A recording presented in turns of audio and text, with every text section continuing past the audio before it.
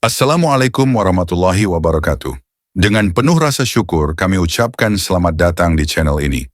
Sebelum kita menyelami kisah penuh pelajaran hidup hari ini, kami mohon kesediaan Anda untuk mendukung kami dengan menekan tombol subscribe, menyukai video ini, serta memberikan komentar berisi saran dan kesan yang membangun.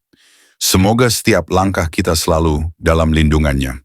Mari kita simak bersama kisah berikut ini. Semoga dapat memberikan pelajaran dan inspirasi bagi kita semua.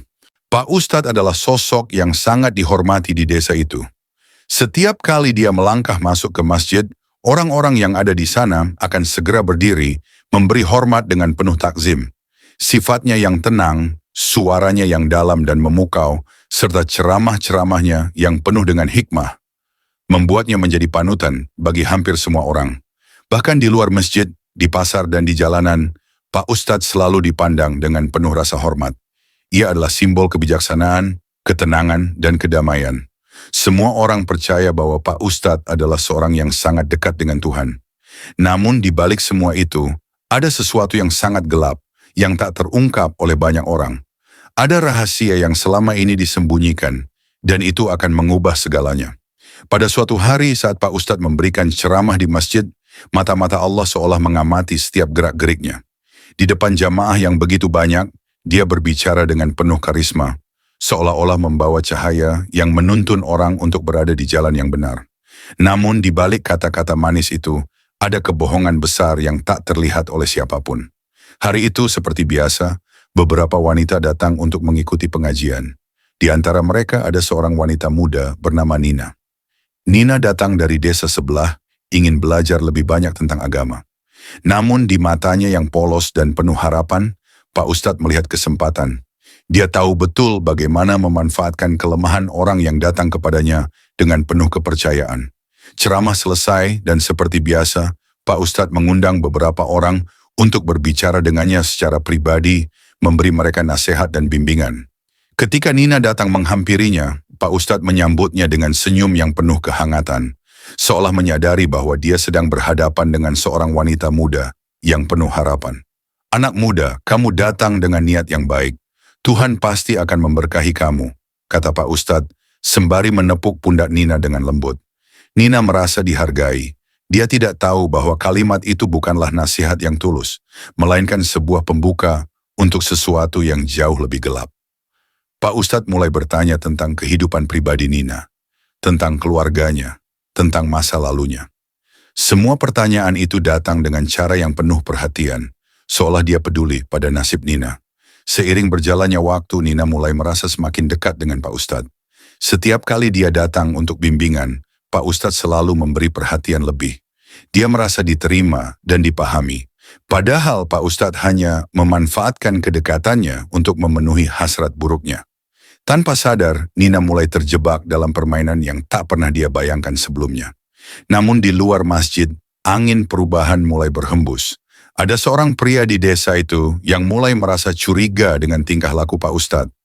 Pria ini, sebut saja Ahmad, adalah seorang pemuda yang selalu memperhatikan orang-orang di sekitarnya. Dia mendengar bisikan-bisikan di pasar tentang wanita-wanita yang datang ke masjid dan kembali dengan wajah cemas. Bahkan beberapa dari mereka merasa malu untuk menghadap masyarakat. Ahmad tidak bisa membiarkan hal itu terjadi begitu saja. Dia merasa harus mencari tahu lebih dalam. Penyelidikan dimulai secara diam-diam. Ahmad mencoba mendekati beberapa wanita yang pernah berinteraksi dengan Pak Ustadz, tetapi mereka enggan berbicara. Mereka takut, merasa bahwa melawan Pak Ustadz akan membawa konsekuensi yang tak terbayangkan. Ahmad merasa frustasi, tetapi dia tidak menyerah. Pada saat yang sama, Pak Ustadz semakin gencar mendekati Nina. Dia mulai memberikan perhatian lebih, mengundangnya untuk berbicara di luar jam pengajian. Setiap kali Nina datang ke rumah Pak Ustadz untuk mendapatkan bimbingan pribadi, Pak Ustadz merasa seperti dia mengendalikan seluruh dunia Nina. Dalam pikirannya, dia melihat diri sendiri sebagai sosok yang tak tergantikan, seorang pemimpin yang penuh kekuasaan, yang bisa mengatur siapa saja, termasuk Nina. Tapi, tak ada yang tahu bahwa setiap langkah Pak Ustadz semakin menggali lubang yang lebih dalam, menuju kejatuhan yang akan menghancurkan segalanya. Matahari siang memancarkan terik di atas desa yang tenang. Suasana terlihat damai. Anak-anak bermain di halaman.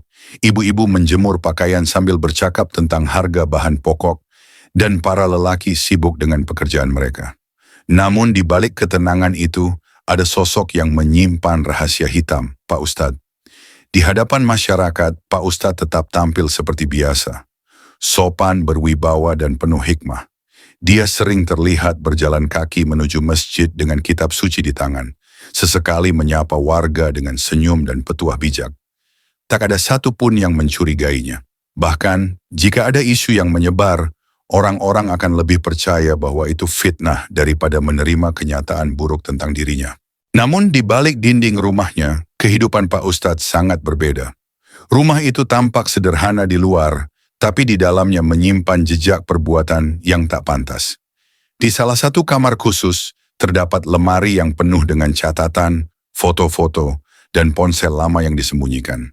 Semuanya berisi bukti dari berbagai bimbingan pribadi yang dilakukan Pak Ustadz terhadap para wanita muda di desa itu. Pak Ustadz pandai memilih mangsanya. Biasanya ia menyasar perempuan muda yang sedang menghadapi masalah kehidupan. Entah itu rumah tangga, percintaan, ataupun krisis keimanan. Ia membuka sesi bimbingan khusus dengan dalih memberikan pencerahan ruhani. Namun sebenarnya itu hanya cara halus untuk memanipulasi dan mengontrol korban. Salah satu wanita yang paling sering datang ke rumah Pak Ustadz adalah Rini, seorang janda muda beranak satu. Rini awalnya hanya ingin menenangkan diri dan memperkuat iman setelah ditinggal suami. Tapi semakin sering datang, semakin Rini merasa sesuatu yang janggal. Pak Ustadz kerap memuji fisiknya secara halus. Mulanya dengan kalimat religius seperti, "Kecantikanmu adalah anugerah dari Allah, jangan ditutup dari dunia." Lalu perlahan berubah menjadi kalimat yang lebih berani.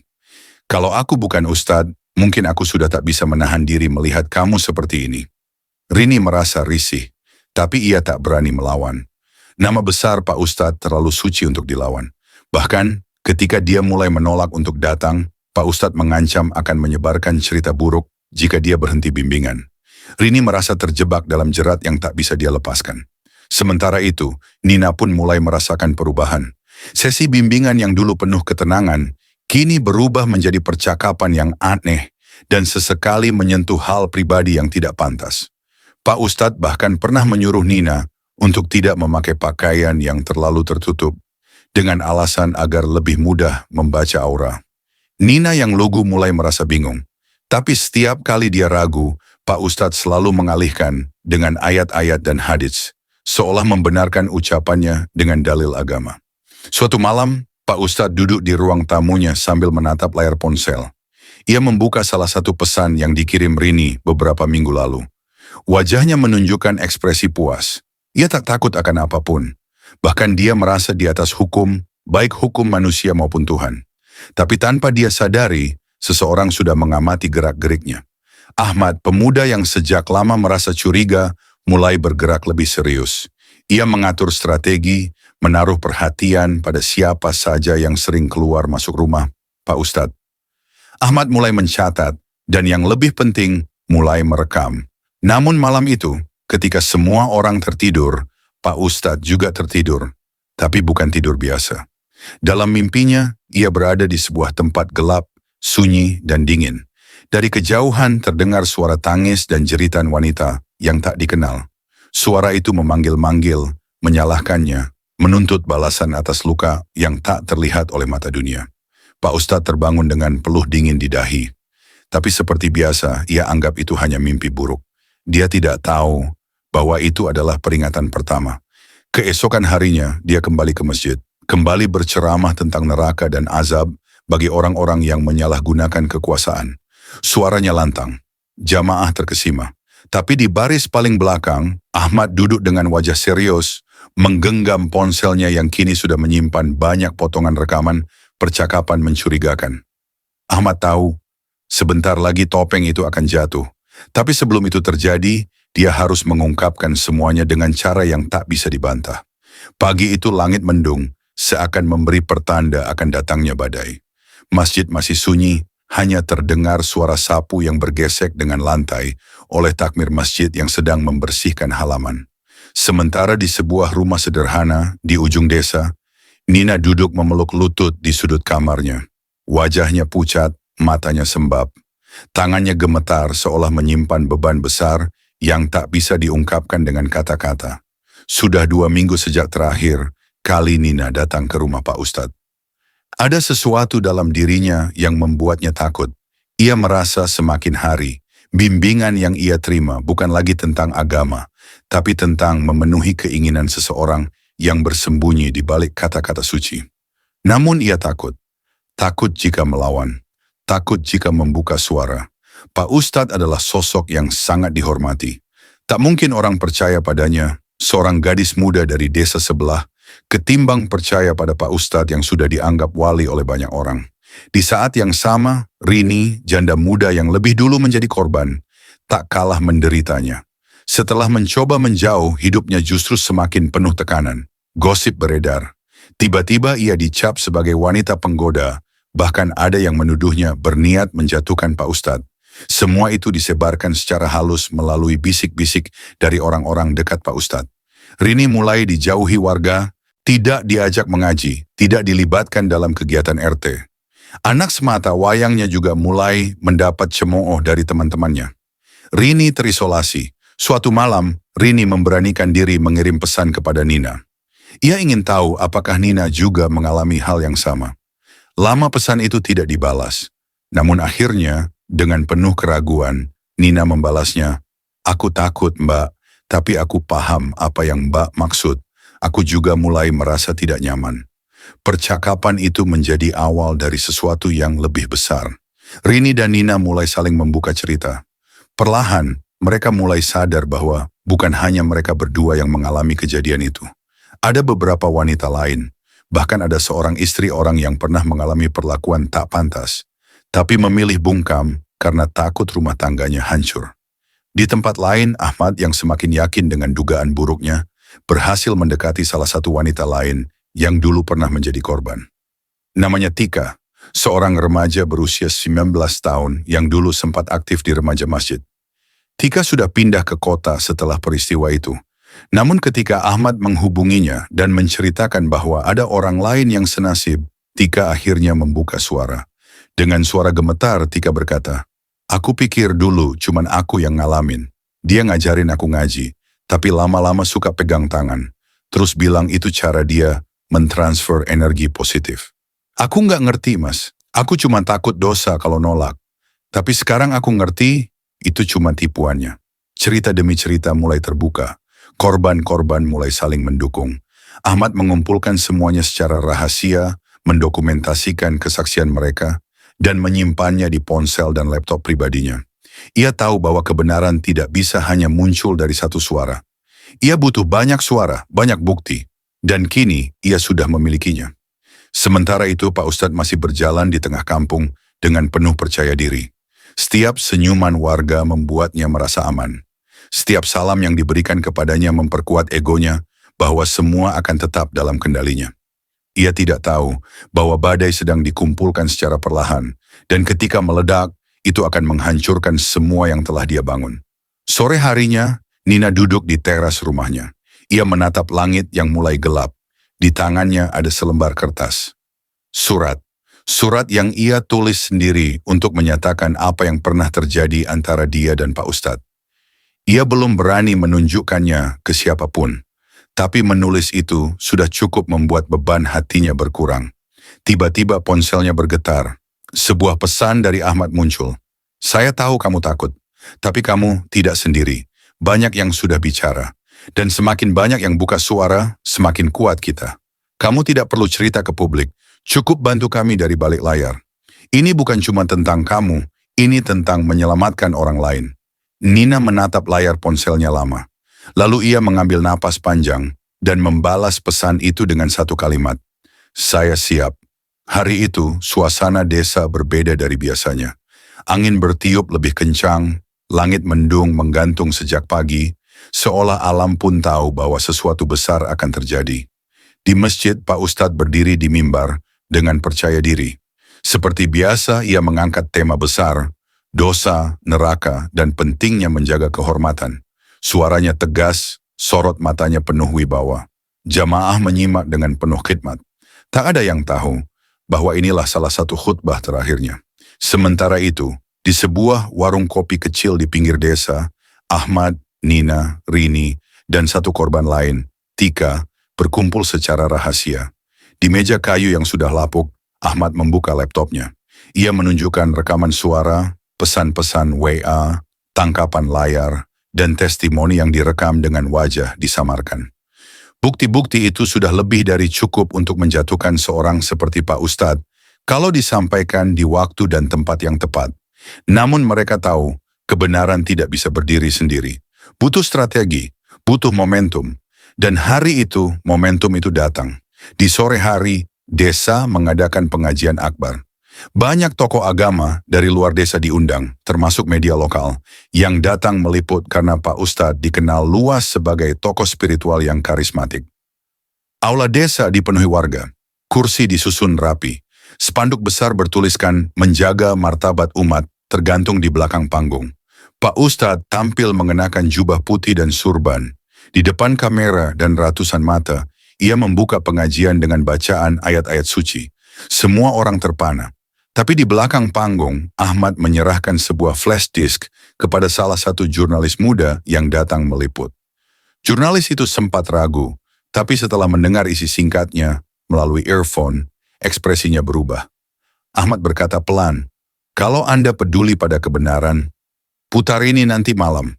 Tayangkan di media Anda.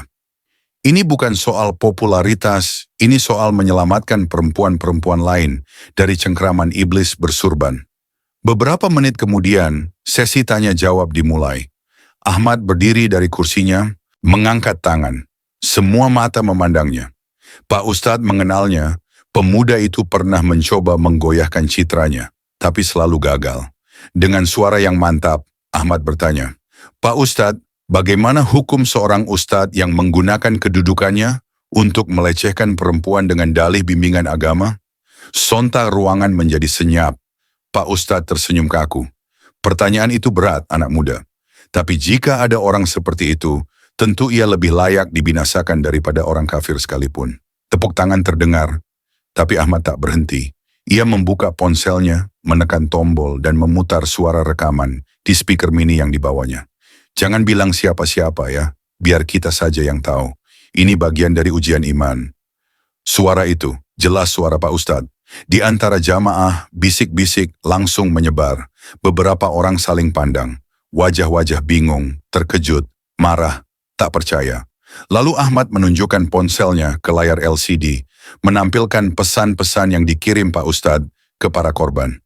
Kalimat-kalimat yang vulgar, penuh manipulasi, dengan stiker dan emotikon yang tidak pantas bagi seorang pemuka agama. Pak Ustadz masih mencoba tenang. Ia berkata, "Fitnah, ini fitnah. Semua bisa dibuat dengan teknologi." Namun sebelum ia sempat melanjutkan, Rini dan Nina berdiri. "Kami korbanmu, Pak Ustadz. Kami tidak takut lagi. Kau gunakan ayat untuk menutupi nafsumu. Tapi kami tidak diam sekarang." Air mata Nina mengalir. Rini menatap tajam ke arah pria yang dulu ia panggil guru. Jamaah mulai gaduh. Sebagian menangis, sebagian berdiri, marah. Beberapa ibu-ibu yang dulu selalu memuji Pak Ustadz, kini merasa jijik. Seorang lelaki yang duduk di barisan depan melempar sorban ke tanah dan berteriak, "Kau bukan Ustadz, kau iblis berkedok jubah suci." Situasi memanas. Para panitia mencoba menenangkan kerumunan, tapi berita ini sudah menyebar.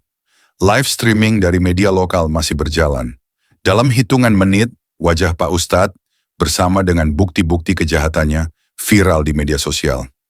Di tengah keributan itu, Pak Ustadz melangkah turun dari panggung, wajahnya pucat, kakinya goyah. Ia mencoba keluar diam-diam lewat pintu belakang, tapi masa sudah menunggu. Polisi pun datang karena laporan dari Ahmad dan para korban sudah mereka terima pagi tadi. Tanpa perlawanan, Pak Ustadz diborgol di depan warga yang dulu mengagungkannya.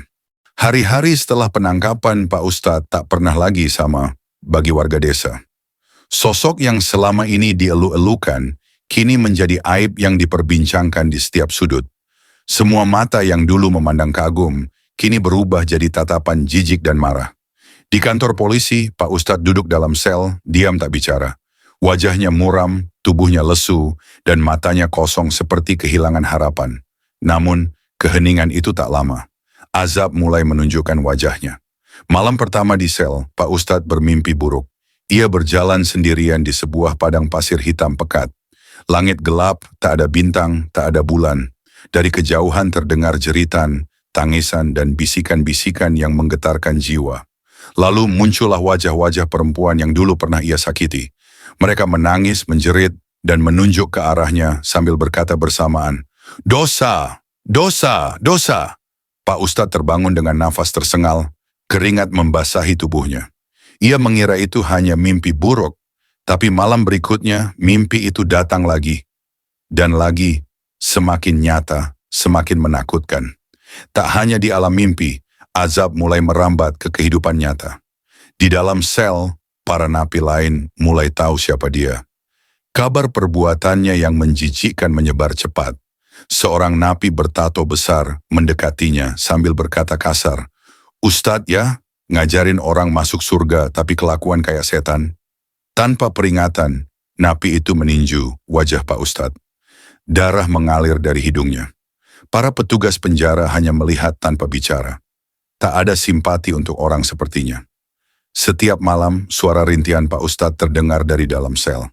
Ia mulai bicara sendiri, memohon ampun, menangis sambil membaca ayat-ayat suci dengan suara terbata. Tapi ayat-ayat itu tak lagi menyelamatkannya. Ia mengulang-ulang istighfar, tapi semakin ia baca, semakin mimpi buruk menghantuinya. Di luar penjara, musibah juga mulai menghantam keluarganya. Istrinya dilarikan ke rumah sakit karena serangan jantung setelah melihat berita tentang suaminya di televisi. Anak-anaknya keluar dari sekolah karena dibully teman-temannya. Rumahnya yang dulu menjadi tempat pengajian kini dilempari batu oleh warga yang marah. Bahkan papan nama bertuliskan Pondok Tauhid Pak Ustadz di depan rumah itu dicoret dengan cat merah. Bertuliskan, tempat setan. Di malam ketiga, tubuh Pak Ustadz mulai menggigil hebat. Suhu tubuhnya naik, tapi dokter penjara tidak menemukan gejala medis yang jelas. Ia berkata, "Saya dingin, sangat dingin. Padahal ini panas sekali. Saya lihat mereka terus menatap saya. Matanya menerawang ke sudut ruangan, seolah melihat sesuatu yang tak terlihat oleh mata orang lain. Tubuhnya lemas, wajahnya pucat pasi. Ia tak makan, tak tidur. Setiap kali memejamkan mata, suara tangisan dan jeritan itu kembali datang. Kini lebih jelas, lebih menusuk. Lalu pada suatu malam yang sunyi, terdengar suara azan dari masjid penjara. Para tahanan lain bersiap salat. Tapi Pak Ustadz hanya duduk di pojokan, tubuhnya terbungkuk, tangan gemetar. Tiba-tiba ia berteriak kencang, "Ampuni aku ya Allah, aku salah, aku manusia keji, jangan bawa aku ke sana." Semua napi terdiam, menatap ke arahnya. Pak Ustadz meracau, menggenggam kepalanya sendiri, lalu jatuh pingsan. Ketika dibawa ke klinik penjara, dokter berkata dengan suara datar, "Fisiknya sehat, tapi jiwanya mungkin tidak akan pernah kembali." Hari-hari terus berlalu, namun bagi Pak Ustadz, waktu seolah berhenti. Ia duduk termenung di sudut sel yang dingin dan lembab. Matanya kosong, wajahnya penuh luka dan lebam. Bukan hanya dari pukulan sesama napi, tapi dari kegilaan yang mulai menggerogoti pikirannya. Suara-suara dalam kepalanya makin keras. Wajah-wajah perempuan yang pernah ia sakiti muncul, bukan hanya di mimpi, tapi di bayangannya saat siang bolong. Ia mencoba menutup mata, tapi suara jeritan mereka tak kunjung hilang. "Kau bilang ini jalan ke surga, tapi kami kau seret ke neraka. Dosa kami tidak seberat dosamu. Engkau yang menjanjikan cahaya, tapi memberi kami kegelapan." Tubuhnya makin kurus, nafsu makannya hilang. Ia hanya minum air, dan itu pun kadang dimuntahkan kembali. Ia sering bicara sendiri, mengutuki dirinya sendiri, lalu memohon ampun dengan suara yang begitu memilukan, seakan harapannya tinggal serpihan debu. Di sisi lain, para korban mulai bangkit. Nina kini aktif mengisi pengajian di desa, berbicara soal kekuatan perempuan, dan pentingnya berhati-hati pada sosok yang memanipulasi agama. Rini, yang dulu diasingkan warga, kini mendapat tempat kembali. Ia diundang di berbagai forum, bercerita sebagai penyintas. Tika bahkan menulis buku kecil tentang pengalamannya, dibantu oleh Ahmad yang kini mulai dikenal sebagai pembela kebenaran. Namun sebaliknya, kutukan demi kutukan terus mengikuti kehidupan Pak Ustadz dan keluarganya. Istrinya koma di rumah sakit dan tak pernah sadarkan diri. 2 anaknya kabur dari rumah, tak tahan menanggung aib. Rumahnya dijual murah, namun pembeli pertama kabur karena merasa sering diganggu oleh penampakan perempuan yang menangis di teras dan suara tangisan bayi di malam hari. Rumor mulai menyebar. Konon, siapapun yang melewati rumah itu saat malam Jumat akan mendengar suara azan palsu yang suaranya mirip suara Pak Ustadz. Tapi bukan azan seperti biasa. Azan itu terdengar miring, seperti penuh penderitaan, seolah meminta tolong. Warga menyebut rumah itu kini angker, tempat dihukumnya ruh-ruh yang tersesat. Di dalam penjara, malam semakin panjang. Malam itu hujan turun deras. Petir menyambar berkali-kali. Para napi yang biasanya ribut dan gaduh, kini sunyi. Tapi dari sel Pak Ustadz, terdengar suara aneh. Seorang sipir yang berjaga mendekat dan melihat Pak Ustadz tertunduk, tangannya menulis sesuatu di dinding dengan darah dari tangannya sendiri. Tulisan itu hanya satu kalimat yang terus diulang. Aku bukan Ustadz. Aku hanya iblis yang pandai membaca ayat. Sipir itu mundur dengan merinding. Dalam sejarah penjara itu, belum pernah ada tahanan yang menulis ayat pengakuan seterang itu. Besoknya, tulisan itu tak bisa dihapus. Bahkan dicat pun tetap muncul lagi. Seperti diukir dari dalam dinding itu sendiri. Kesehatan Pak Ustadz semakin memburuk. Ia mulai kehilangan kesadaran akan waktu. Ia sering menyebut nama korban satu persatu, lalu menangis histeris, lalu tertawa seperti orang kesurupan. Hingga suatu malam tubuhnya gemetar hebat. Petir menyambar keras. Semua lampu padam. Ketika lampu menyala kembali, Pak Ustadz ditemukan telentang. Tak bernyawa. Namun wajahnya tersenyum aneh. Matanya terbuka lebar, menatap langit-langit, dan mulutnya membentuk huruf-huruf yang tak sempat terucap. Tubuhnya membeku dalam posisi seperti sujud, namun arah kiblatnya salah. Hari pemakaman Pak Ustadz adalah hari paling sunyi di desa. Tak ada iring-iringan panjang, tak ada doa yang dipanjatkan ramai-ramai, tak ada air mata. Hanya 2 petugas rumah sakit dan 1 penggali kubur yang ditugaskan mengantar jasadnya ke tanah. Pihak keluarga menolak datang. Para santri yang dulu memujanya pun menghilang entah kemana. Kuburannya diletakkan di pinggir pemakaman, desa, jauh dari liang para ulama. Karena warga menolak jasadnya, disandingkan dengan para orang suci. Batu nisan pun tak bertuliskan nama lengkap. Hanya secarik kayu dengan huruf samar, seseorang yang pernah dihormati. Namun justru setelah dikubur, kisahnya tidak selesai. Justru dimulai. Beberapa malam setelah pemakaman, warga desa mulai mengalami mimpi yang sama. Dalam mimpi itu, mereka melihat seorang pria berjubah putih, wajahnya hangus, penuh luka, matanya kosong, berdiri di tengah api yang membara. Ia merintih, berteriak, meminta ampun, namun tak ada suara yang keluar dari mulutnya. Tangan-tangannya terikat oleh rantai yang mengeluarkan api, dan dari punggungnya keluar ulat-ulat hitam yang menggeliat hidup. Salah satu mimpi paling mengerikan dialami oleh seorang ibu-ibu yang dulu santri setia Pak Ustadz. Dalam mimpinya ia melihat pria itu diseret oleh 2 makhluk tinggi berjubah hitam masuk ke sebuah pintu gerbang besar dari besi panas yang terbakar. Di atas pintu itu tertulis, "Inilah rumah bagi penyebar dusta atas nama Tuhan." Setiap langkah pria itu disambut tangisan perempuan dan suara-suara doa yang dulu ia ajarkan. Tapi kini terdengar seperti kutukan.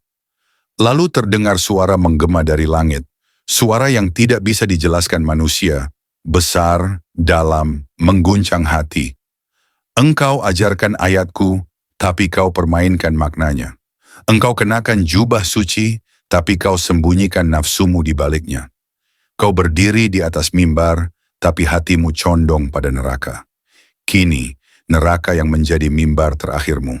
Pria itu berteriak, memohon ampun, menyebut asma Tuhan berulang kali. Tapi setiap asma yang ia ucapkan justru berubah jadi bara api yang membakar lidahnya sendiri. Ia jatuh, merangkak, mencoba keluar dari gerbang itu. Tapi pintu sudah tertutup, terkunci. Selamanya Ahmad, yang sejak awal memperjuangkan kebenaran, kini diundang ke berbagai forum keislaman. Dalam satu wawancara, ia berkata, "Kami bukan ingin menjatuhkan seorang ustadz. Kami hanya ingin membongkar topeng iblis yang bersembunyi di balik ayat-ayat Tuhan. Agar tak ada lagi korban, agar tak ada lagi kepercayaan yang dihancurkan oleh tangan-tangan rakus berkedok suci. Masjid yang dulu dibangun oleh Pak Ustadz kini direnovasi. Namanya diganti. Penceramah baru didatangkan dari luar desa. Seorang alim sederhana yang selalu menolak disanjung dan memilih duduk bersama jamaah ketimbang berdiri di atas mimbar yang tinggi. Kita tutup kisah ini dengan pesan mendalam dan tajam.